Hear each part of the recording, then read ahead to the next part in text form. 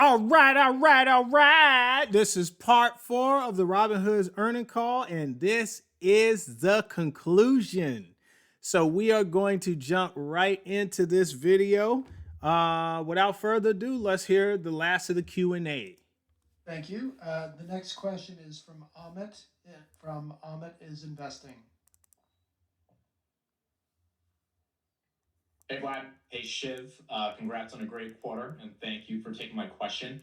My question is around international expansion. You guys just got the Singapore license, bought a brokerage in Indonesia.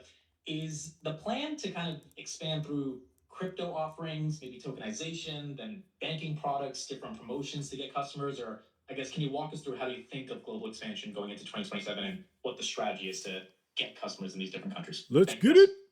Yeah, so it's actually both. We want to be everywhere with our core products, and the core products being obviously uh, trading and eventually banking and spending. So in a few markets where it makes sense and there's like well established regulatory environments that we can follow, we've gotten full licensure. That's the in principle approval in Singapore. You mentioned Indonesia and obviously the UK as well.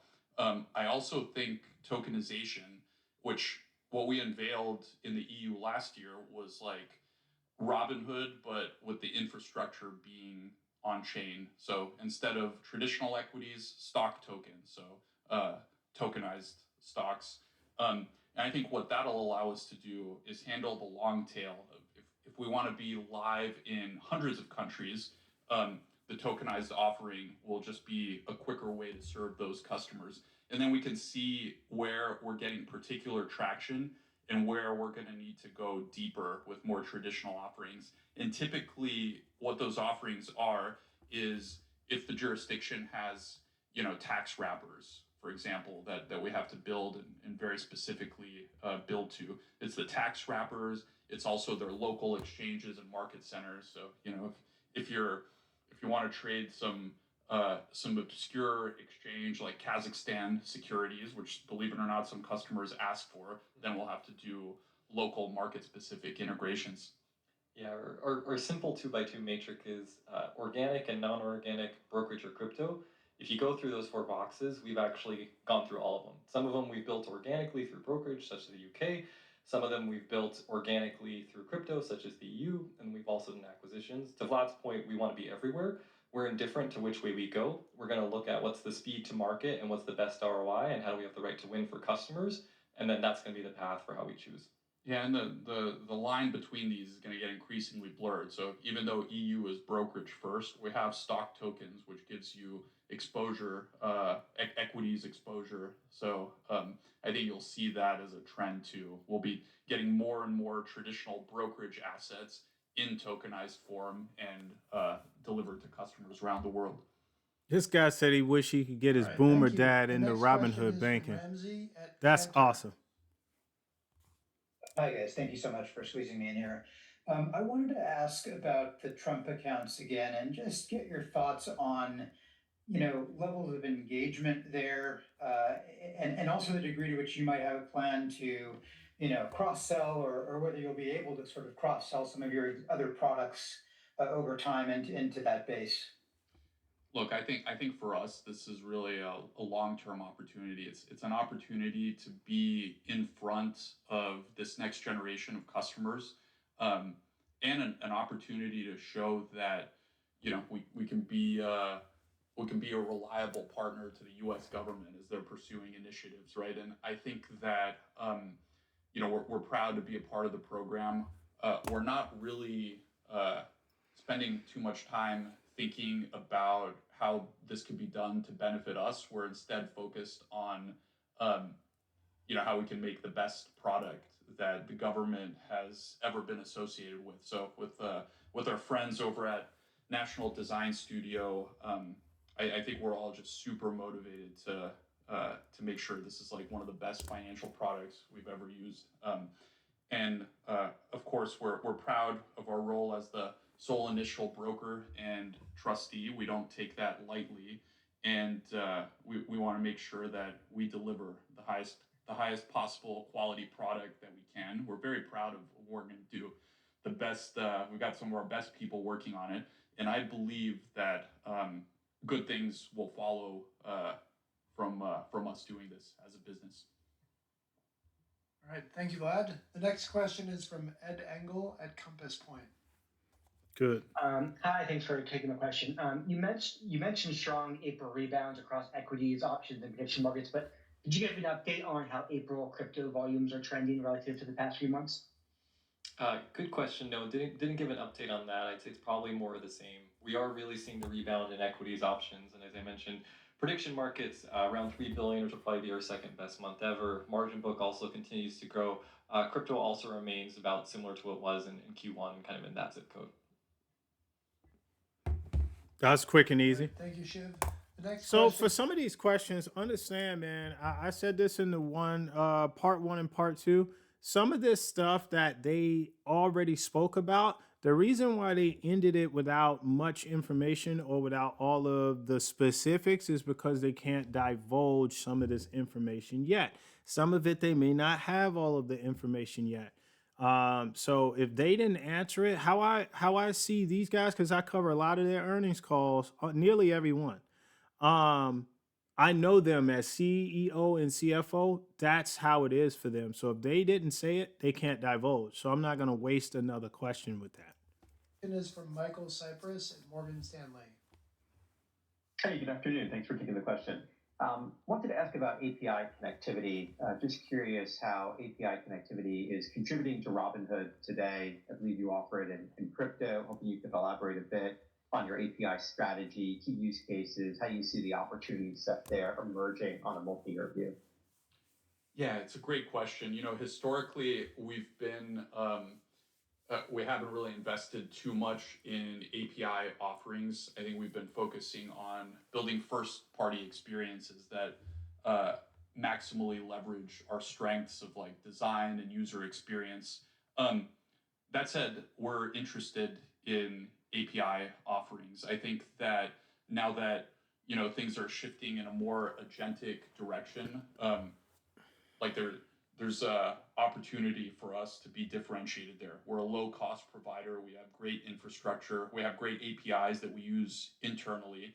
And I know there have been a lot of projects out there on GitHub and other things where people kind of attempt to reverse engineer in a unsupported way. So there's obviously demand for it. So stay tuned. When we do release something, we do generally try to make it really, really good. And I think this is an area of opportunity. All right. The next question comes from Roy from Crossroads. I mean, Dr. Roy from Crossroads. Dr. Roy, let's get it. Thanks, guys. Congratulations on the Trump accounts. I wanted to ask another follow-up question on that as well. God. And congratulations on that. You note in the earnings slide deck that it's a new way to extend Robinhood's mission to helping governments, that's plural, and I thought that plural was very interesting, to build a public sector You business. probably can't And say. so beyond just this, specifically with short term with the Robinhood partnership with BNY and the Trump accounts, what does that look like as far as that public sector business? Maybe comment on that plural as well. I know you probably can't name individual governments. beyond the US. Exactly. Right. Yeah. I mean, it's Look at really Shiv. two things, Roy. One is it's not always easy to be a Cheesy. government subcontractor, and we're learning how to do it. Right. It's a first thing for us, but there was a long process to get to this point, and I don't know if a lot of other fintechs have made that leap. It's like as a company that's been around for a little bit more than 10 years, it's a big step for us. So yeah, I mean, we think there's a number of ways that we could help this country, and I think it's going to be important, right? Because there's certainly a lot of disruption coming with AI and with other things, and I think that we're well positioned to sort of help with that, and certainly people's finances are going to be a key part of that. So yeah, there might be other things that we can be helpful with in the U.S. in the future, and also ever since we've gotten involved with the Trump accounts, we've heard from lots and lots of states, so not even other countries. So it's been states and other countries who just want to do similar things. and our focus has been on just doing this one thing, but we also recognize that once this is successful, I think that it's going to be something that goes all around the world, and of course, I think that's a big opportunity for us to continue to extend our mission. All right, thank you, Vlad. The next question is from Craig Maurer at This FT has to be the Partners. last one. Yes, hi. Thanks for taking the question. A lot of my questions have been asked and answered, but I wanted to ask about the flurry of states that are speaking out against prediction markets and their concerns there, and if that tempers your excitement for that product at all. Yeah, I mean, I would love it if the states didn't have concerns, but it's also not. Uh, I mean, it's not irrational, right? This is a It's not. jurisdictional dispute. Of course, the CFTC is claiming, and we agree with their standpoint that these are federally regulated products. That's right, over not which state. they have jurisdiction, and the states, some of the states have a different view. So we continue to defend our position. And think that it would be strange if the states start exerting jurisdiction over federally regulated CFTC products. And this is something that'll play out in the coming years. Quick and All right, easy. thank you, Vlad. The next question is from Stock Market News. I appreciate you guys for allowing me to ask a question here. Congrats, Vlad, Always. Shiv, and the team on a great quarter.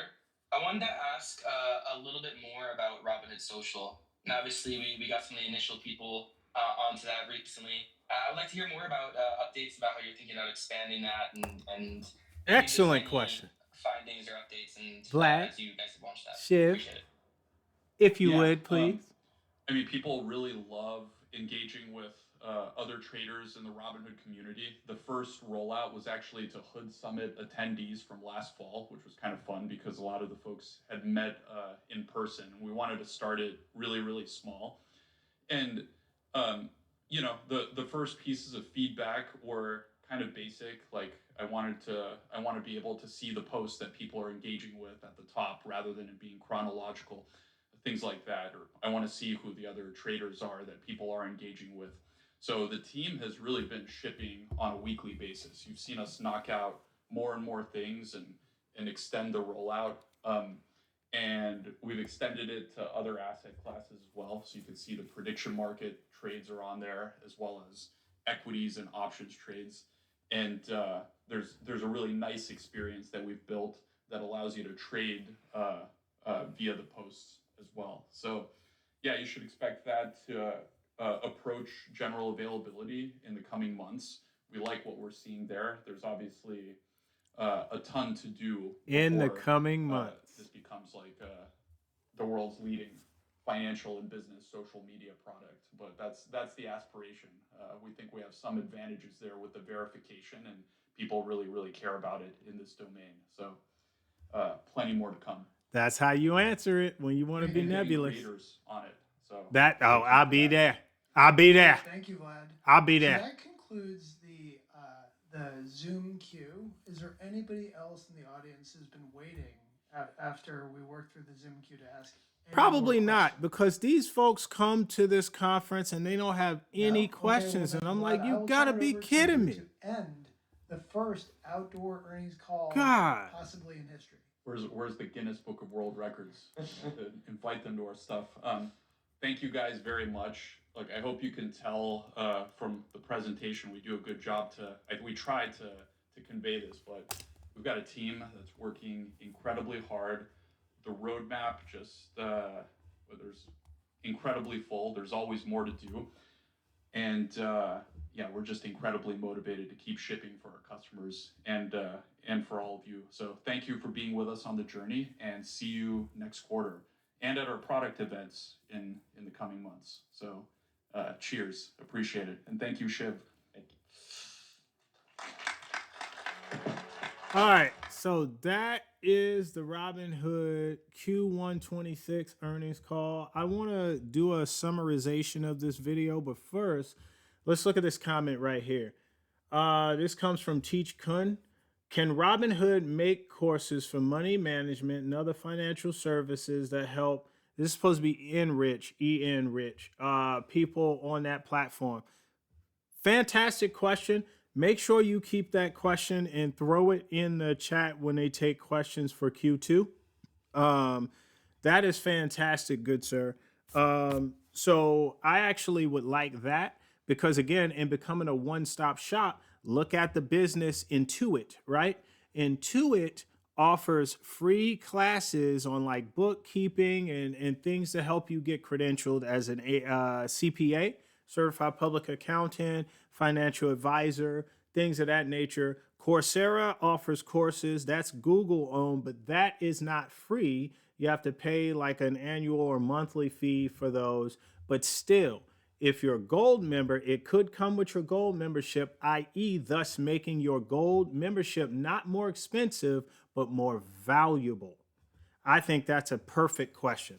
Now, let's get to Ask Gemini. We know why their stock went down. Key takeaways from the earnings call. So y'all ready for this? All right, I just aged myself. All right, so they highlighted strong financial growth, major new government partnerships, and an aggressive push into AI and international markets. Revenue growth, 15%. Net deposits, 18 billion, 20% annualized growth rate. Gold subscriptions reach 4.3 million subscribers, 36% increase year over year. They did share buybacks, about 1.5 billion with 300 million already repurchased this year. They talked about Trump accounts. They talked about 5.5 million children already signing up. AI integration with Robinhood Cortex, which is awesome. I am a gold subscriber. So there's that. And it will assist with portfolio analysis. And when this rolls out, if it gets really good, it'll start telling you where your strengths in your portfolios are, where your weaknesses are. And if you want to be aggressive, where you should stop investing and where you should probably start investing. So if you want to be conservative, and let's say you don't have an index fund or ETF, what are you doing? You should have ETFs and index funds for over 50% of your portfolio if you want to invest conservatively, because they neither run up very fast nor drop very fast. Okay, so that's a conservative way of investing, but that's an example of what that AI is going to be able to do more than likely. New asset classes, prediction markets, Roth era. He kept saying that. Joint venture with Saskatchewan or what have you. He said it. He kept talking about that one. I'm going to have to look more into that one. But Robinhood Ventures, RVI, of which I invested in the IPO and am up, what was it, 30%, I believe. So they just invested in the open AI. So if you invest in the RVI right now, you will have open AI exposure. Something 99% of people walking the face of the earth do not have access to. Think about that. Are you an accredited investor? 1 million in net worth, not excluding your primary home. $200,000 earned for 2 years, on par to earn it the third year. Or if you're married, make that 300,000. Are you an accredited investor? If not, then you are in that 99% that don't have exposure to OpenAI. You want it? Invest in RVI. That easy. All right, they talked about Singapore and Canada expansion, UK crypto event, tokenization. I mean, look at this. They talked about AI productivity and making the employees use it, with 90% of the employees already using it in some shape, form, or fashion. Dividend strategy, giving the dividends over 2 weeks earlier. Look, you cannot miss investing in Robinhood. What you can miss on is not investing in Robinhood. So there were a couple of comments that I wanted to address. Let me see. It was an hour and 9 minutes, I think. What is it, an hour 9:44? This guy right here, Aaron Lee, saying celebrating stock sync. you need to pay attention, neophyte. Pay attention, junior. I addressed this, I think, in the last video, but I'm just going to say, like, people with dumb comments like this, they're not paying attention at all. No one's celebrating the stock sink. In fact, we know why the stock sunk so much, and it's basically crypto. They are meeting the matrix on a lot of other things. They barely missed earnings, barely just missed earnings. And if crypto was the reason and everything else improved for the year, for the quarter, dude, you're out of your mind. So they can't help. So that's just saying the whole market going down affected them. Well, that's every company. That's every company. You can't control it all. What you can do is have a solid foundation, a fantastic chain of command, equaling a company that is investable. That's the best you can ask for, and they are more than investable. You just got to catch them at a good price. Now, somebody else had asked, was it going to drop to like $45? I wrote it down here somewhere. But if you can get Robinhood at $45, I doubt it's going to drop that far. It's at like 75 right now. If you can get it at 45, that is a steal among steals. You better listen to me. It's at 75 right now. I don't think it's going to drop that far. The most I could see Robinhood dropping to is about $62. But who am I? PD Pop. No, I was playing. Anyway, that is the video. I thank you guys. If you haven't seen the other 3 videos, what are you doing? Go click those, watch those, and then come back to this one. Then you'll have all the information. Robinhood is an incredible company. I will continue to invest with them. I'm going to boost my investment in the RVI. I have hundreds of shares of Robinhood. I am going to buy hundreds more. Just you wait and see. If that stock goes down to 60 something, I'm in there even more. The blacksmith is out. Y'all have a good night.